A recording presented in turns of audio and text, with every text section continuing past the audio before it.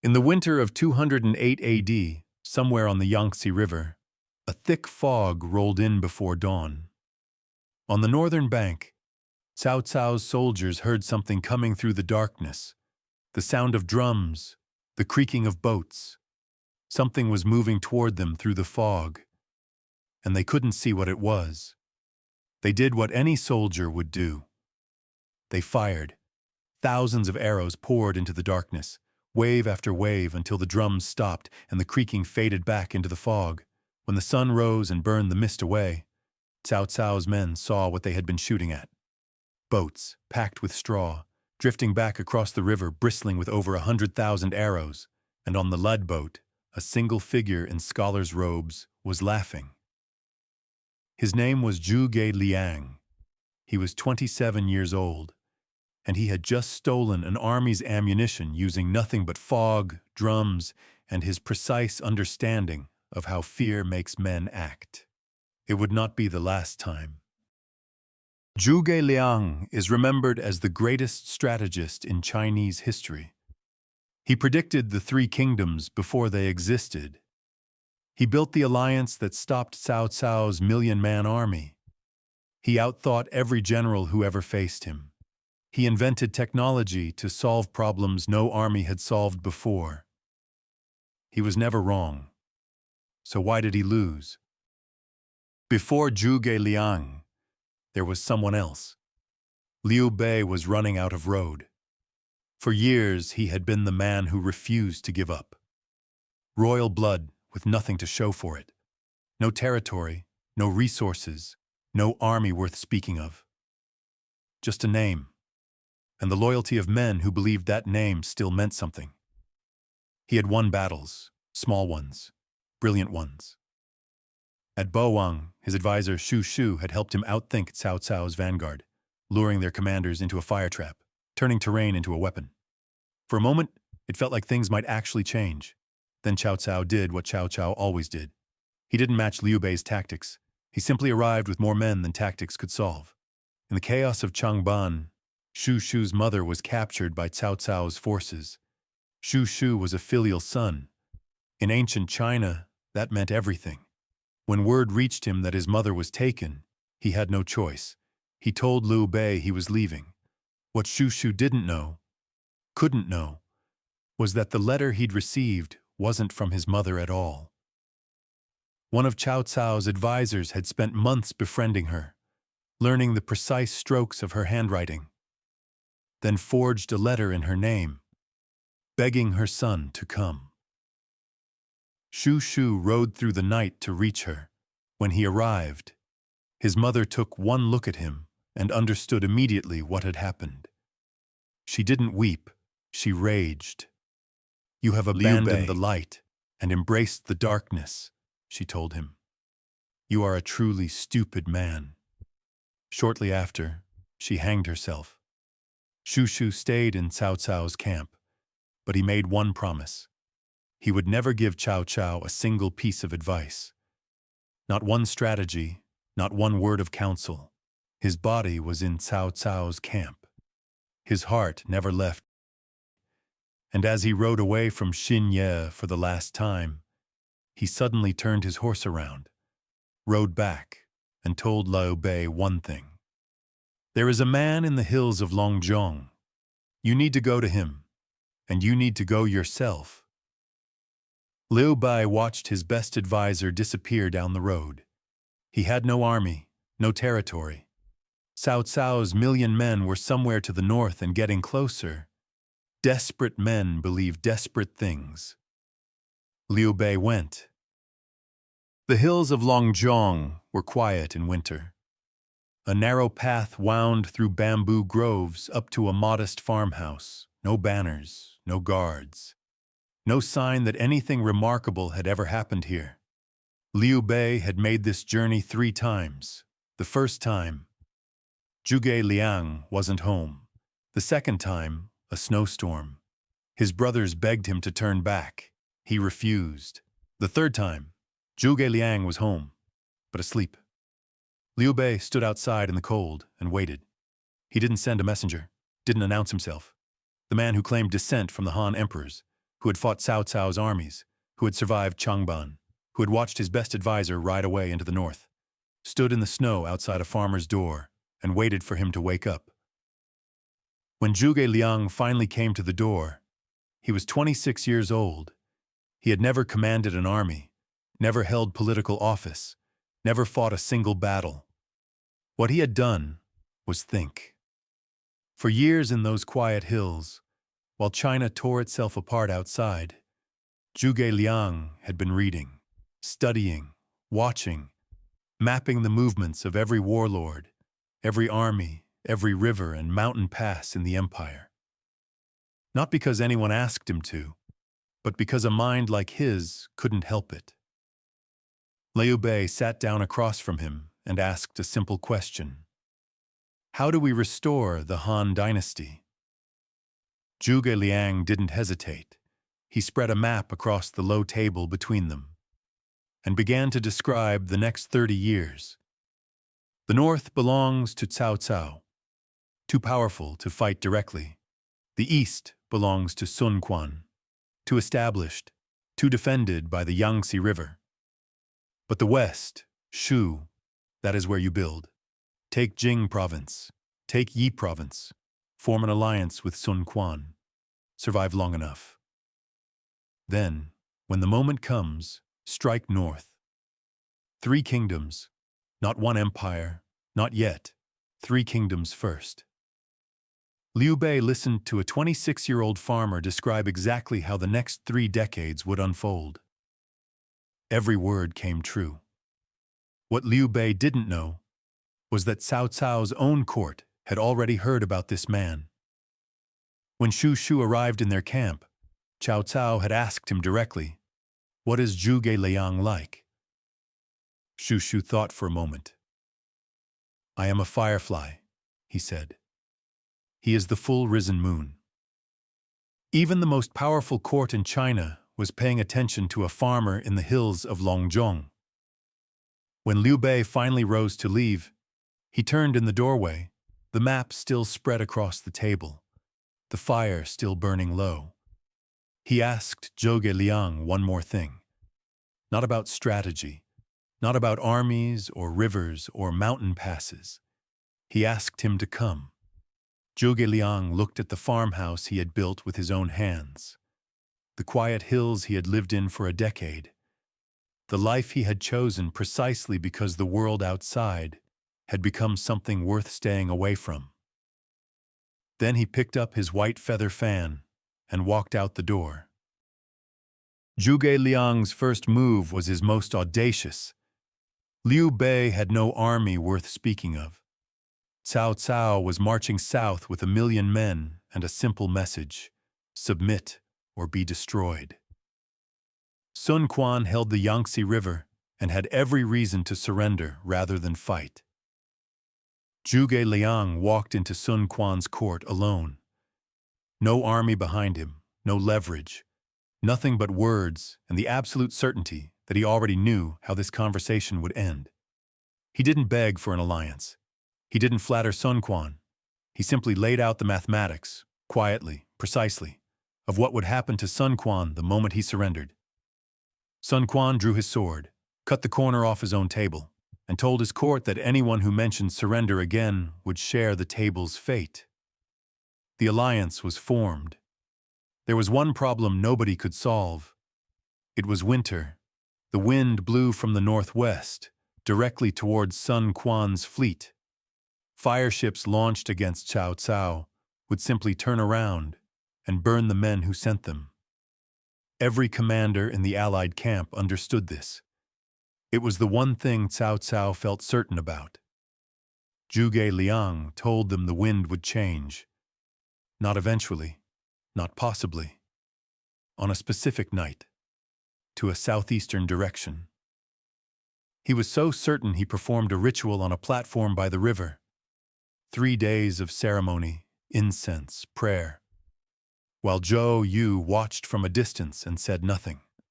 On the night he named, the wind changed. Whether Zhuge Liang had studied the weather patterns of the Yangtze for years and simply knew, whether it was calculation dressed as ceremony, whether something else entirely was at work. Nobody has ever fully agreed. What everyone agrees on, it worked. Huang Gai's fire ships launched from the south, and Cao Cao's chained fleet burned. But here is what most people miss about Red Cliffs. Zhuge Liang sent Guan Yu to finish it, to close the trap at Huarong Pass and end Cao Cao's story there. He knew Guan Yu wouldn't. Guan Yu had once served under Cao Cao, been treated with respect, given gifts. That debt, in Guan Yu's world, meant everything. Zhuge Liang knew this before he gave the order. He sent the one man he was certain would let Cao Cao walk away. Because China needed 3 kingdoms, not one victor, not yet. He had drawn that map in the farmhouse. He wasn't going to let one battle erase it. 3 kingdoms now existed. Liu Bei had his kingdom. Zhuge Liang had his map.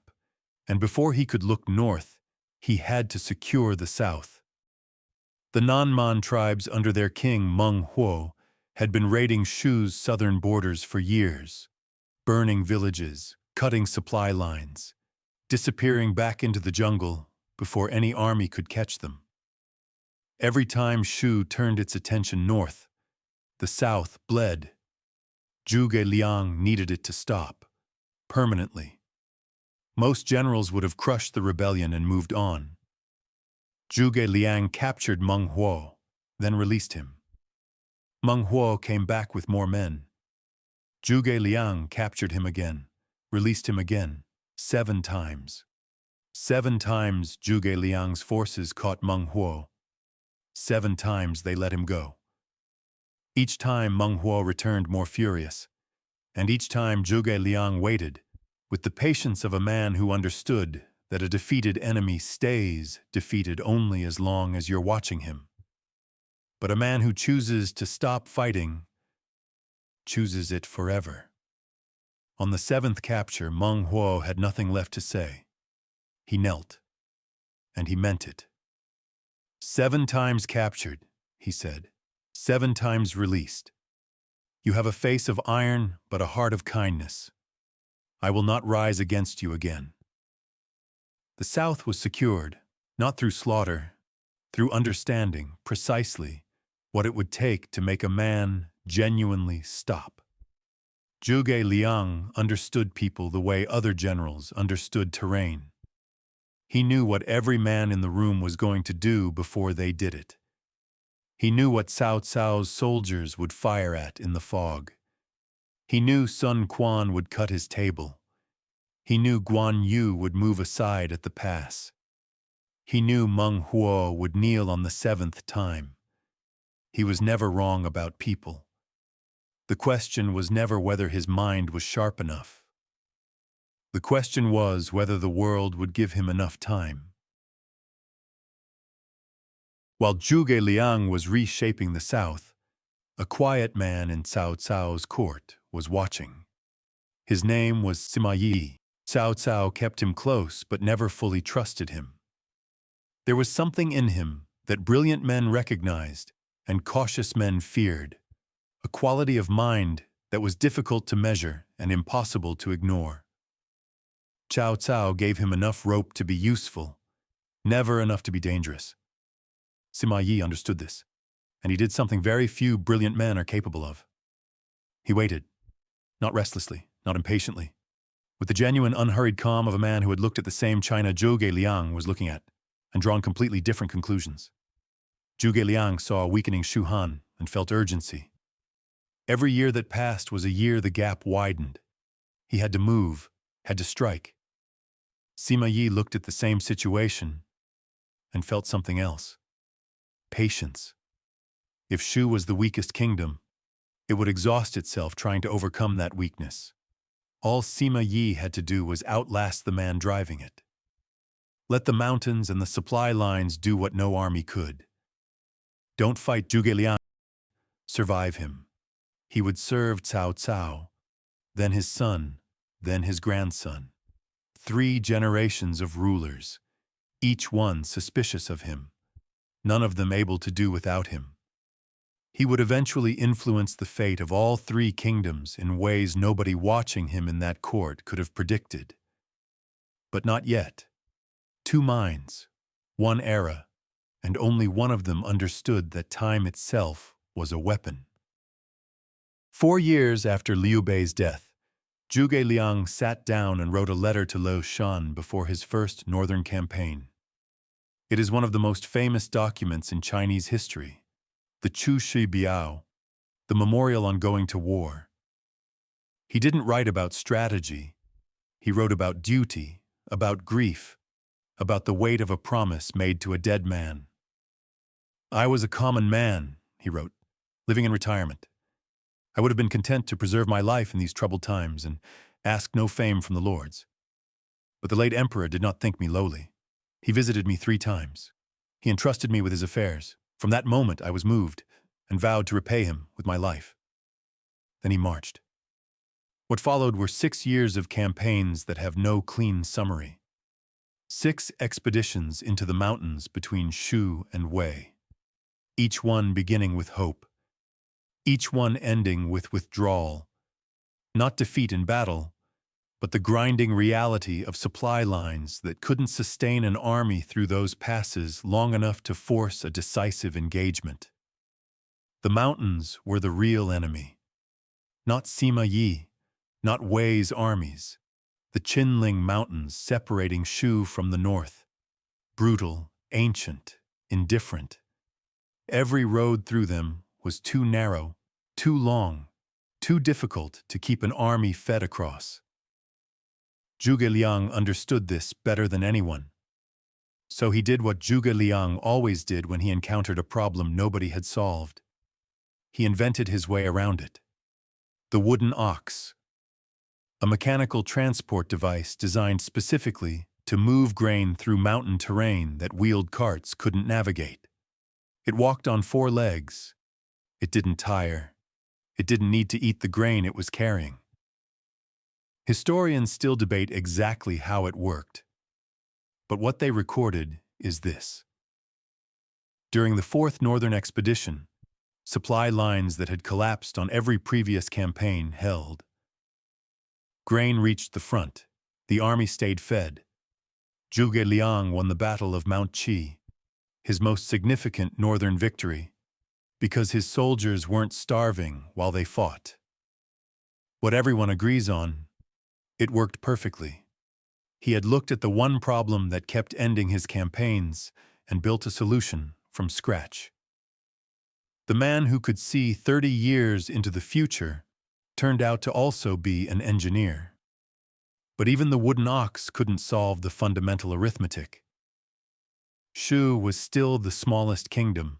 Its population, its resources, its tax base, all of it a fraction of Wei's. Every campaign that didn't end in decisive victory depleted Shu further. And Sima Yi, watching from across those mountains, simply refused to be drawn into the decisive battle Zhuge Liang needed. Sima Yi was doing exactly what he'd always planned. Waiting. Zhuge Liang could see what was happening.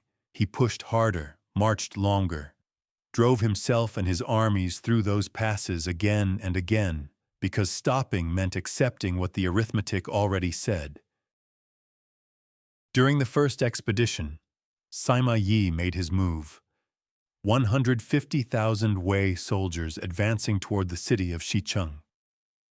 Inside, Zhuge Liang, a skeleton garrison. No walls worth defending, no army, no time. His generals were pale. The options were simple and all of them fatal. Fight and be destroyed. Flee and be caught. Surrender and end everything. Zhuge Liang looked at his generals, then looked at the city gates. He gave 3 orders. Open the gates. Hide all the soldiers. Bring me my loot. When Sima Yi's vanguard arrived at the walls of Xicheng, they saw 4 city gates standing wide open. No soldiers on the walls, no banners, no movement, except one, on the highest tower, Zhuge Liang, sitting cross-legged, white feather fan beside him, burning incense on either side, playing his lute, completely calm, completely still, as if 150,000 soldiers were not standing outside his walls. His music drifted down over the silent city. Sima Yi arrived and looked up at him for a long time. He understood immediately what every other general would have missed. This was Zhuge Liang, the man who borrowed 100,000 arrows from fog, who predicted the wind on a specific winter night, who captured Meng Huo 7 times without losing him once. This man did not make mistakes, which meant the open gates were deliberate, which meant something was waiting inside, which meant walking through those gates was exactly what Zhuge Liang wanted him to do. Sima Yi ordered his army to retreat. The city was empty. There was no trap. The gates were open because there was nothing left to defend them with. But Sima Yi couldn't be certain, and Zhuge Liang knew he couldn't be certain. That was the entire plan. Not an army, not a strategy, just one man's precise understanding of how another brilliant mind would process an impossible image. When his generals asked Sima Yi why he retreated, he thought for a moment. "I can predict the thoughts of the living," he said, "but I cannot predict the thoughts of Zhuge Liang." It was the greatest compliment one brilliant man ever paid another. But Sima Yi was learning, watching, taking notes on every move Zhuge Liang made, and with each passing campaign, the gap between them was closing. Not because Zhuge Liang was getting worse, but because time was running out. 6 years later, Zhuge Liang finally had him. Sima Yi and his entire army lured into a narrow valley. One entrance. No way out. Zhuge Liang's forces sealed it from the high ground above. Then the fire came. Walls of flame closing in on every side. Sima Yi looked at his sons. No orders left to give. No strategy left to deploy. He held them and accepted that this was the end. Then it rained. Not a drizzle. A sudden torrential downpour from a sky that had shown no sign of it. The fire died.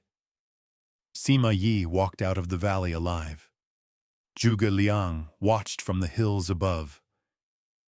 The man who had called the wind at red cliffs, who had read weather patterns no other general bothered to study, who had predicted the wind on a specific winter night decades before, and been right.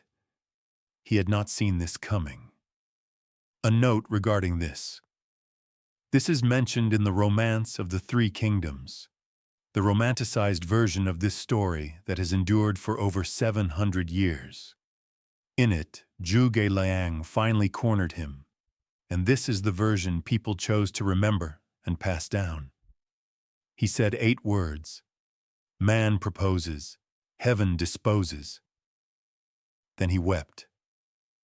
Not just for Sima Yi's escape, for what it meant. The universe, which had given him the southeastern wind all those years ago on the Yangtze, had chosen to answer differently this time. He had nothing left to do but keep going.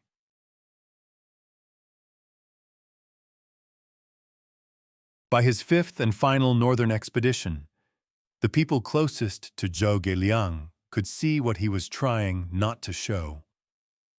He was eating less, sleeping less. His generals watched him and said nothing, because there was nothing to say. He was handling everything himself, reviewing every document, deciding every punishment, overseeing every supply calculation. Because he didn't trust that anyone else would do it right. He probably knew they wouldn't.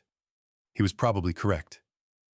Sima Yi watched from across the valley and refused to engage. He had learned something important from the empty fort. Fighting Zhuge Liang gave Zhuge Liang an opportunity. Not fighting him gave time an opportunity, so he waited. Again. With that same unhurried patience. Zhuge Liang tried everything to draw him out. Sent him women's clothing. The ancient insult that called a man a coward. Sima Yi put the clothing on in front of his troops and laughed. Then sent a messenger to ask, politely, how Zhuge Liang was sleeping, how much he was eating. The messenger came back and reported, Zhuge Liang rises before dawn, sleeps after midnight. He eats very little. Sima Yi nodded slowly and said nothing. He knew.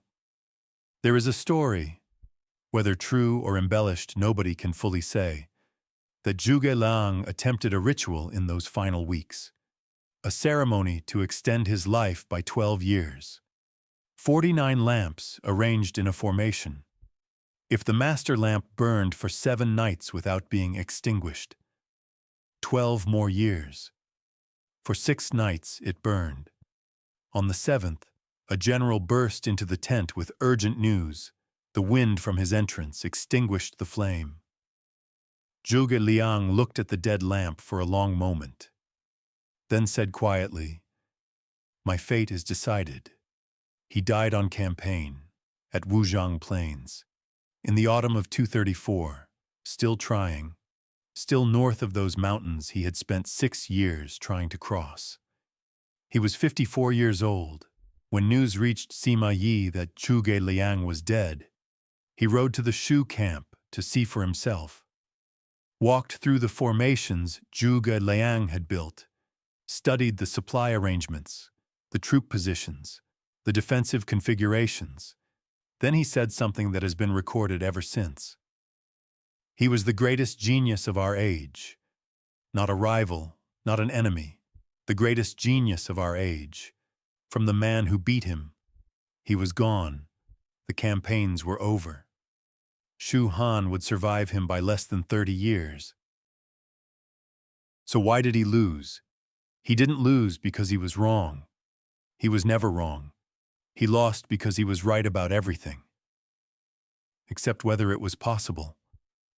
The Long-Zhong plan was perfect. The alliance was perfect. Red Cliffs was perfect. Meng Huo knelt on the 7th capture. The wind changed on the night he named. The wooden ox carried grain through mountains that had defeated every army before him. The empty fort held because one man understood another man's mind completely. Every move he made was correct. But Shu was always the smallest kingdom, the thinnest resources, the fewest people. Every campaign that fell short depleted it further, and the mountains between Shu and Wei were not a problem to be solved. They were a fact to be endured. Sima Yi didn't beat Zhuge Liang. He waited for the mountains and the numbers to do it for him. Zhuge Liang knew this. He knew the arithmetic. He knew what the mountains would cost. He knew what every campaign that fell short was taking from Shu. He went anyway, not because he thought he could win, because a man had walked through snow to his farmhouse door, had waited for him to wake up, had trusted him with everything. You don't abandon that because the numbers are difficult. He was never wrong. The mountains were just bigger than the man. Zhuge Liang was buried on Mount Dingjun, the mountain where Shu Han had won its greatest military victory. Simple tomb, no grand memorial, just the mountain. And somewhere in Cao Wei's court, the patient shadow received the news, sat quietly, then returned to work. Because Sima Yi had been waiting for this moment for 30 years. Everything Zhuge Liang spent his life trying to prevent, Sima Yi had been quietly building toward. The man who faked illness for years to survive 3 rulers who didn't trust him. The man who refused to fight Zhuge Liang directly because he understood that time was the only weapon that could beat him. That man was now the most powerful figure in China. What he did next, how a patient shadow became something far more dangerous, is the story that ends the 3 Kingdoms era. And it begins where this one ends. If you want to know how the 3 Kingdoms finally fell, and who was really pulling the strings all along, that video is coming. Subscribe so you don't miss it. Because Sima Yi's story makes everything you just watched make sense in a way you didn't expect. In the hills of Longzhong, a young man once drew a map of the future. He got it right. Every word. The romance of the three kingdoms opens and closes with the same words. A reminder that this story, every story, follows the same arc. Thus, it has ever been. History remembers Zhuge Liang for his brilliance, but his story was just one thread in a much larger tapestry. If you want to see how it all begins, be sure to watch the video we did on Three Kingdom. Nobody won video next. Click on the screen on the left. I'm also currently in the midst of building the most comprehensive archive of the Three Kingdoms on YouTube. If you want to be here as we finish the stories of every legend in this era, subscribe and join the archive. I'll see you in the comments.